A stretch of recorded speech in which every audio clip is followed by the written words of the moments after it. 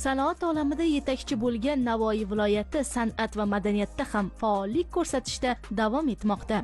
Boisi yurtboshimiz tashabbusi bilan joriy etilgan loyihalarning barchasida ushbu hudud yoshlari peshqadamlikni qo'ldan boy bermay kelmoqda. Dasturlarimiz mobaynida xabar berib kelayotganimizdek, o'quvchi yoshlarning san'at, madaniyat va teatr sohasidagi iqtidorlarini kashf etish hamda rag'batlantirish maqsadida tashkil etilgan Turon maktab teatri respublika tanlovining o'tgan mavsumida g'oliblik aynan shu viloyat jamoasiga nasib etgan edi. Bu yil ham ayni manzilning ishtirokchilari jiddiy tayyorgarlik bilan loyihaning navbatdagi saralash bosqichiga yetib kelishganligini guvohi bo'ldik. Biz esa ijodiy guruhimiz bilan ularning ikki shart asosida kechgan bellashuvlardagi faolliklarini tasvirlarga muhrladik.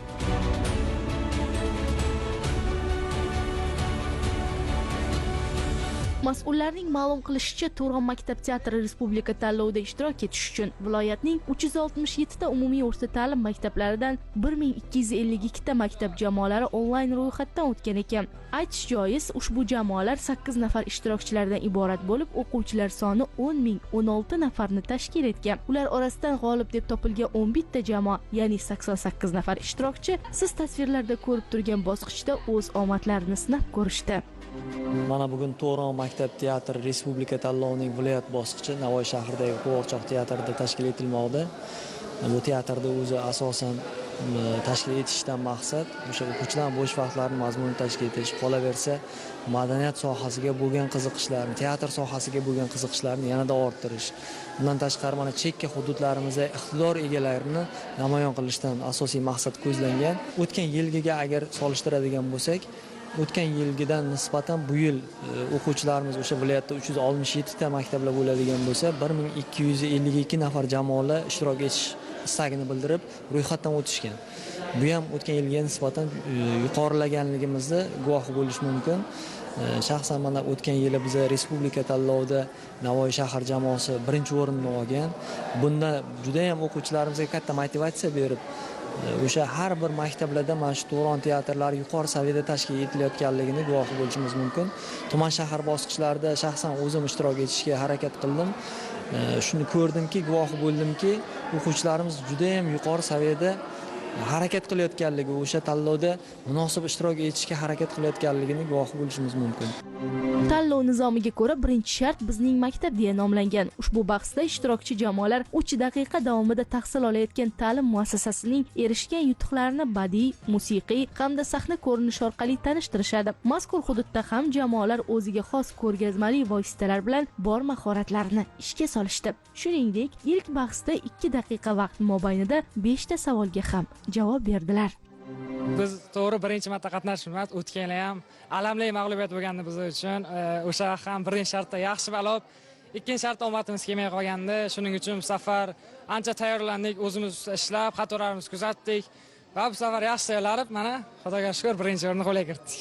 Turon to'garagi tashkil etilgandan buyon maktabimizda shu to'garak rahbari sifatida faoliyat yuritaman. To'garagimda 20 dan ziyod o'quvchilarim bor. Bu to'garakning nufuzli tomoni shundaki, o'quvchilarimizning nutqini o'stirishda, teatr, san'at sohasini yanada yuksaltirishga juda katta ahamiyati bor. Va shuningdek, shoirlarimizning, adiblarimizning hayotlari, faoliyatlari, ularning adabiyotga, san'atga qo'shgan hissalari haqida keng ma'lumotga, tushunchaga ega bo'lib bormoqdalar. Bundan xulosa shuki, ularning nutq madaniyati rivojlandi va sahna madaniyati juda ham rivojlandi. Teatrning birgina spektakli orqali yurt o'tmishi, istiqboli va kelajagi aks etgan voqealar rivojini jonli kuzatish mumkin. Unda hayotning rang-barang jihatlari namoyon bo'ladi. Shu bois sahna hikmatlari zamonlar osha avloddan avlodga yetib kelayotgan ma'naviy, madaniy mulk deya ta'rif beriladi. Bugun sahnada rol ijro etayotgan yoshlar shuni anglagan holda o'zlariga berilgan qahramonlarning hayoti, xarakteri, uning ichki kechinmalarini ham chuqur his etishgani ko'rinib turibdi. E'tirof etish joiz, hududning olis manzillaridan viloyat markaziga yetib kelgan iste'dod egalari g'alabaga erishish uchun ortga chekingani yo'q. Bir so'z bilan aytganda, mazkur loyiha sog'lom raqobat muhiti va ijodkorlik mahoratlarini ko'rsatib berish uchun maydon bo'ldi.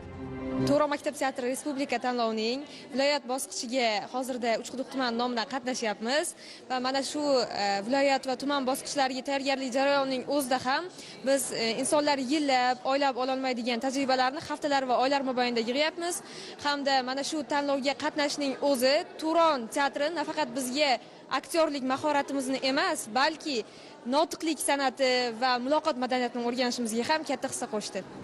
Ikkinchi shart teatr ibratxona sahna spektakl deb nomlangan. Unda ishtirokchi jamoalar milliy va umuminsoniy qadriyatlar, urf-odat va an'analarimizga zid bo'lmagan tarbiyaviy ahamiyatga ega asarlardan birini tanlab, spektakl namoyish etadilar. Shart uchun ushbu jamoaga 15 daqiqagacha vaqt ajratildi. O'qituvchi sifatida ularga faqat ma'lumot beribgina qolmay, ham rejissyorlik tomonidan, ham dizayner bo'lib, birgalikda, ham jihatlikda, ham fikrlikda ishlashga o'rgatdi bizadi bu tanlov.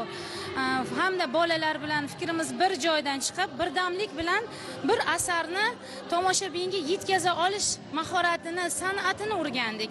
Asarni ham xohlagan joyidan olib shunchaki tomoshabinga namoyish etish emas, tomoshabinni o'z ko'ngliga yetib boradigan, o'sha gaplarimizni ayta oladigan darajada chiqarish uchun o'z jamoamiz bilan yakdil tarzda birdamlikda ish olib bordik va bugungi sahna ko'rinishida tanlovda biz G'arbiy frontda o'zgarish yo'q 10-sinf adabiyotidan ikkinchi qismidan asarni tanlab oldik. Epizod parchalarida tomoshabin uchun atalgan g'oya bor. Shu kuni yaxshilik va yovuzlik jangi, mehr oqibat va xudbinlik chegarasi, manqurtlik va ma'naviy boylik kabi ko'plab ezgulik g'alaba qozongan sahna hikmatlari tomoshabinlar hukmiga havola etildi. Ushbu tanlov orqali biz jadidlar 20-asrda yashab o'tgan, biz uchun haqiqiy buyuk timsollarga aylangan jadidlarimiz, biz uchun ilk bora maktablar ochgan, biz uchun ilk bora darsliklar yozgan jadidlarimizni yana bir bora tanimoqdamiz. Va men xulosa o'rnida shuni aytib o'tishim joizki, ushbu tanlovga qo'shilib men kelajakda ham jadidlarimizga o'xshagan haqiqiy elparvar, vatanparvar insonlar bo'lib yetish har bir yosh uchun farz deb bildim va men alohida minnatdorchiligimni bildirmoqchiman, chunki prezidentimiz ham biz yoshlarning tariximizni bilishimiz uchun juda katta ko'maklashmoqda. Turon teatr tanlovi bu birinchidan menga o'xshagan aktyorlikka, san'at sohasiga qiziqqan bolalarga o'qishga kirishiga, o'zini nimasini oshirishga, mas'uliyatini oshirishiga, tajribasini oshirishga juda katta yordam beradi. O'zini talantini oshirishda, ancha bir odamlar bilan, bolalar bilan katta sahnalarda, aktyorlarimiz chiqib yurgan katta sahnalarda rol ijro etishga yordam beradi. Juda xursand. Bu tanlov albatta davom etishini istaymiz. Turon maktab teatri tanlovi yoshlarni milliy qadriyatlarimizni anglash, ajdodlar merosini o'rganish, ularga munosib avlod bo'lish uchun bel bog'lagan yoshlarni ezgulikka da'vat etgani shubhasiz. Eng asosiysi, tanlov ona vatanga muhabbat, qadriyatlar va urf-odatlarga sadoqat ruhida tarbiyalash bilan bir qatorda yigit-qizlarning bo'sh vaqtlarini mazmunli tashkil etish, ularning sahnadagi mahoratlarini oshirish, nutq madaniyatini shakllantirishga xizmat qilayotgani bilan ham ahamiyatlidir. Amir Temur himmatidan Ulug'bek so'zi. Avaqtadan bosh achilisini bir zindoni. Bugun men qutuldim. Taxt havosidan u odamga ozodlikni qaytib berganman. Bu oqshom Samarqandga tark etamiz. Ana yurtboshimiz tashabbusi bilan mana 2 yildan beri mana shu Turon tanlovi tashkil etilyapti-da. Buni hech qanday bir ta'riflab berishga so'z ojizda. Bolalar mana o'tgan yilgiga nisbatan juda ham qattiq tayyorlangan, shunday shakllangan, rivojlangan. Bugun mana shu tanlovga kelib o'zimni, mana farzandimni qanchalar vatanparvarligini, maktab jamoasini, maktab sha'ni uchun qanchalik kurashayotganligini ko'rib, to'g'risi juda ham hayajonlandim. Bunaqa tanlovlarni o'tkazilishi ota-onalar uchun ham, mana shu bolalar uchun ham juda ham yaxshi-da. Ular kerak bo'lsa o'zini iqtidorini namoyish etyapti. Bularni bunaqa tanlovlarda ishtirok etishi, men o'zim ota-ona sifatida shunday deb hisoblayman. Katta hayotga qadam qo'yganda ham mana shunaqa qo'rqmasdan bitta ishni eplaydigan, bajaradigan, o'z maktabi uchun, o'z oilasi uchun, o'z vatani uchun har narsaga tayyor bo'lib tarbiyalanadi. Buning uchun men mana shu tanlovni tashkil etgan yurtboshimizga ham chuqur minnatdorchiligimni bildiraman. Rahmat. Har bir spektakl hakamlar tomonidan tahlil qilindi. Jarayon davomida sahna chiroqlaridan foydalanish, dekoratsiyalar joylashuvi kabi har bir jihat e'tiborga olingani qayd etildi. Mana bir necha kunlardirki biz respublikamiz bo'yicha Turon maktab teatr jamoalarini, viloyat bosqichlarini ko'rigidamiz, qatnashyapmiz. Bilasizmi, har bitta viloyatda o'ziga yarasha chiqishlari bor. Ularning urf-odati, ulardagi bir tanishtiruv qismlari deysizmi, tanlangan asarlar yuzasidan qo'yilgan sahna ko'rinishlari deysizmi, hammalarini o'ziga xos. Biri ikkinchisiga hech ham o'xshamaydi. Lekin ba'zi bir shunday asarlarni bolalar sahnada ko'rsatishyapti. Kattalar ijrosida ham maromiga gohida yetmay qoladigan asarlarimiz bor. Masalan, Navoiy deysizmi, Mirzo Ulug'bek deysizmi. Bunday allomalarni rolini ijro etish o'zi bo'lmaydi, mukammallikni talab qiladi.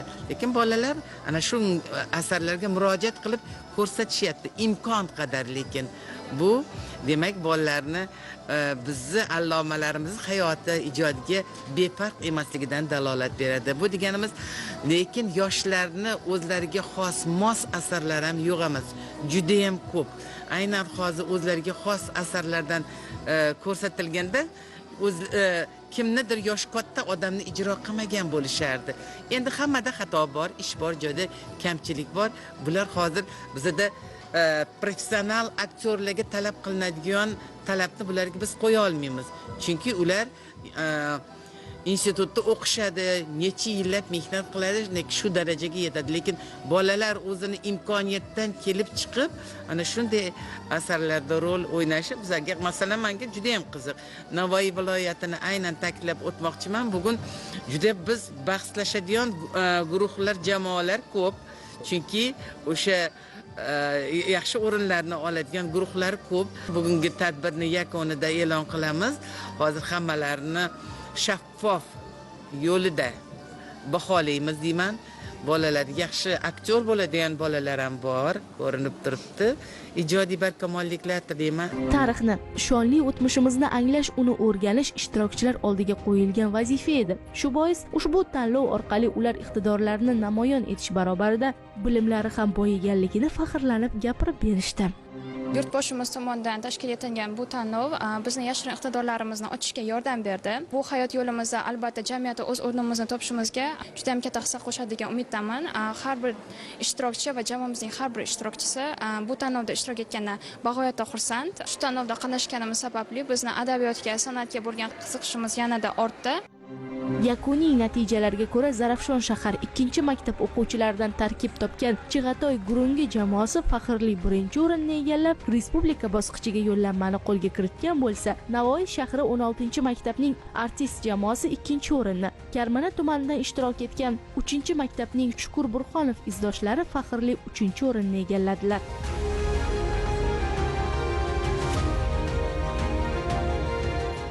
Shu kuni barcha jamoalar viloyat maktabgacha va maktab ta'limi boshqarmasining diplom hamda esdalik sovg'alari bilan taqdirlanishdi. Biz esa navoiylik o'quvchilarga omad tilab, galdagi hudud Jizzax viloyatidagi tanlov tafsilotlarini ham tayyorlashga kirishdik. Jarayonlarni kuzatib boring. Sizlarga eng bilimdon yosh avlod vakillarini tanishtirishda davom etamiz.